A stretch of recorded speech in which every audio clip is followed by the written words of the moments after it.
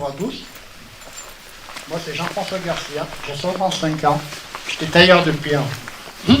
Pardon.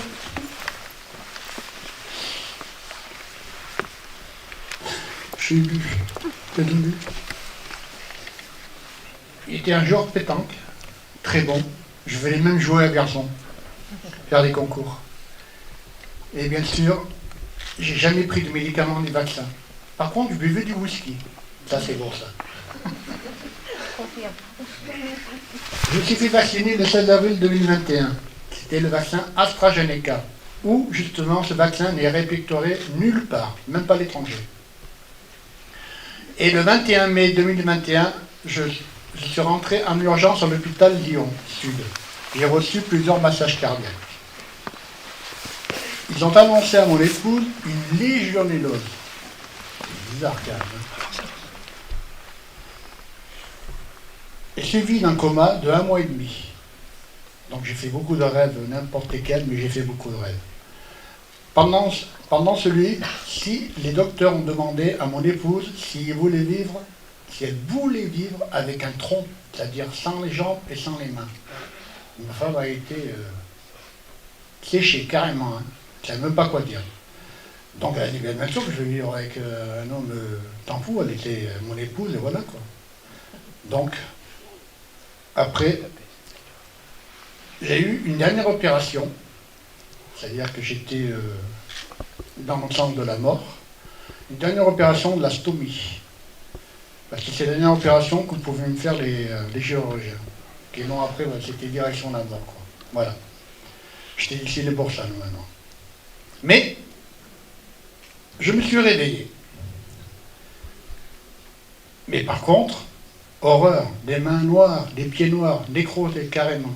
Là, j'ai eu peur, j'ai dit franchement, là, et donc, du coup, ils m'ont demandé si je voulais me faire amputer des membres.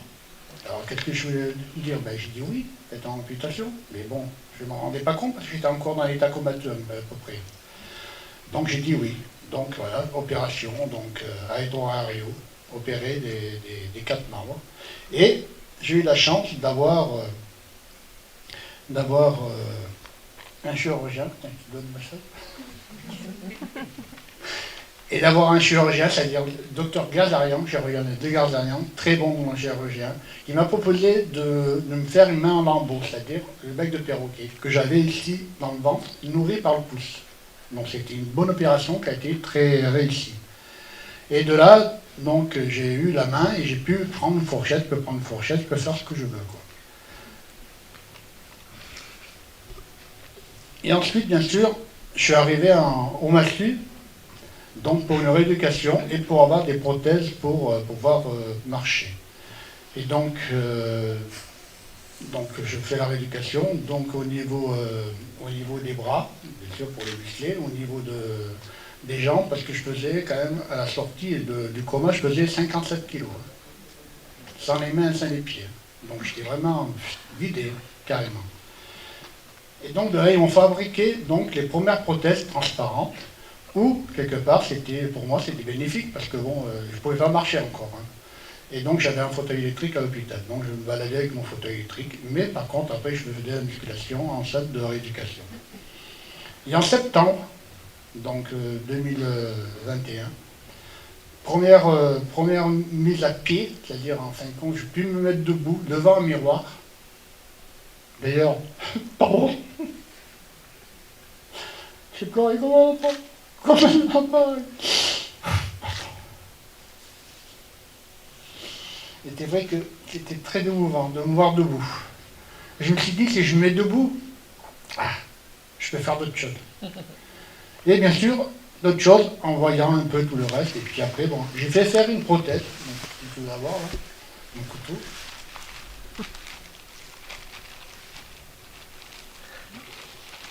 Donc je vais faire une prothèse pour justement, pour pouvoir couper ma viande.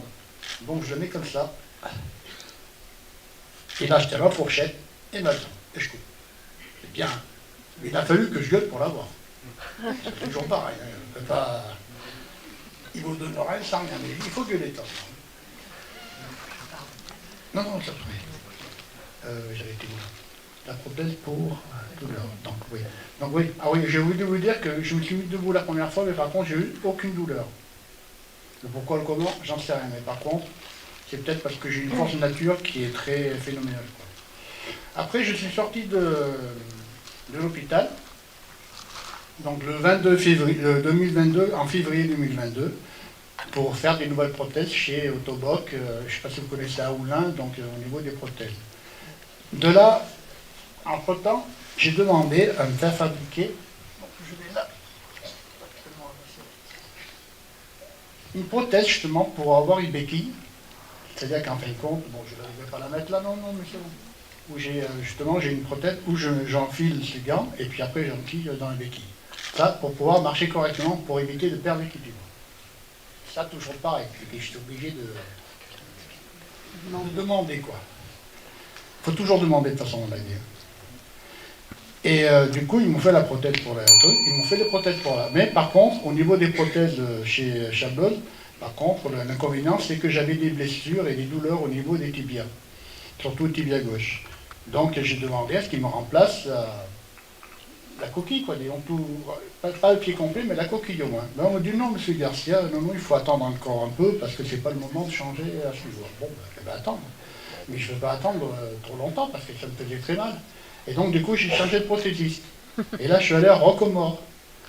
Et donc, la personne qui me faisait les prothèses chez Jablon me téléphone juste 15 jours après en me disant, monsieur Garcia, il faudrait penser à changer un peu vos prothèses. Hein. Ben, j'ai dit, écoutez, je l'ai déjà fait, moi j'ai déjà allé voir quelqu'un, hein. Je n'ai pas besoin de vous pour me dire quand il faut changer. Hein. Donc je suis allé voir cette personne-là. Mais, prothésiste à Roquemort, toujours le même problème, c'est-à-dire qu'après, ben, j'ai eu des douleurs au niveau du nerf sciatique.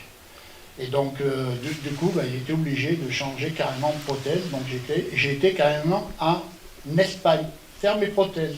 Vous imaginez? Les Espagnols sont quand même meilleurs quand même, hein, pour ça. Parce qu'il a fallu quand même que j'aille trouver le prothésiste, c'est-à-dire faire des réglages de prothèses, les deuxièmes prothèses que j'avais. Il a essayé de me régler, donc j'avais un petit peu moins mal. Mais par contre, au niveau de celles-ci de prothèses, celles-ci, elles sont superbes. Elles sont superbes. Je peux marcher avec, Et l'avantage que j'ai aujourd'hui, c'est que je peux jouer à la pétanque.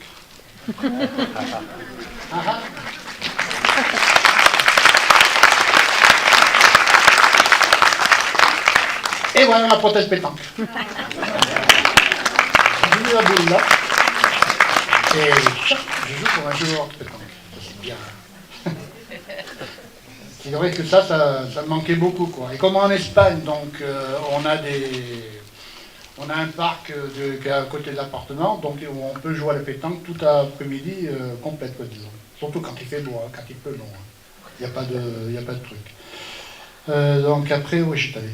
Oui, non. Ce que je voulais dire, c'est que quelque part aujourd'hui, par rapport à ce qu'on a eu, moi je peux dire, je le confirme, qu'aujourd'hui j'ai beaucoup de chance par rapport à beaucoup de personnes. Parce que je n'ai aucun symptôme, j'ai rien comme médicament. J'ai jamais pris de médicaments, j'en prenais plus maintenant. Je vais me dire à mon médecin, les prises de sang, les cancers, les machins, je dis, j'en veux pas, vous arrêtez tout. Moi, je suis perso, je vis ma vie, j'ai envie de vivre ma vie, il y a plein de temps. Donc maintenant, ben, je suis dans le sens où, quelque part, avec mon épouse, on va en Espagne, puis on voyage, vous voyez, on vient vers vous en train, on promène, et puis on a tout ce qu'il faut, quoi, disons. Donc, et en Espagne, ce sera pareil, hein, on a tout ce qu'il faut, quoi. Donc c'est pour ça que, bon, aujourd'hui, j'ai fait un choix de ne plus côtoyer le côté médical. Parce que, bon, du côté médical, il y a du bon, il y a du mauvais. Mais il y a beaucoup plus de mauvais parce que ce qu'ils ont fait quelque part, moi j'ai dit toujours, c'est tous des assassins. Que ce soit les médecins, que ce soit les médias, que ce soit le gouvernement. Pour moi, c'est des génocides qu'ils ont fait.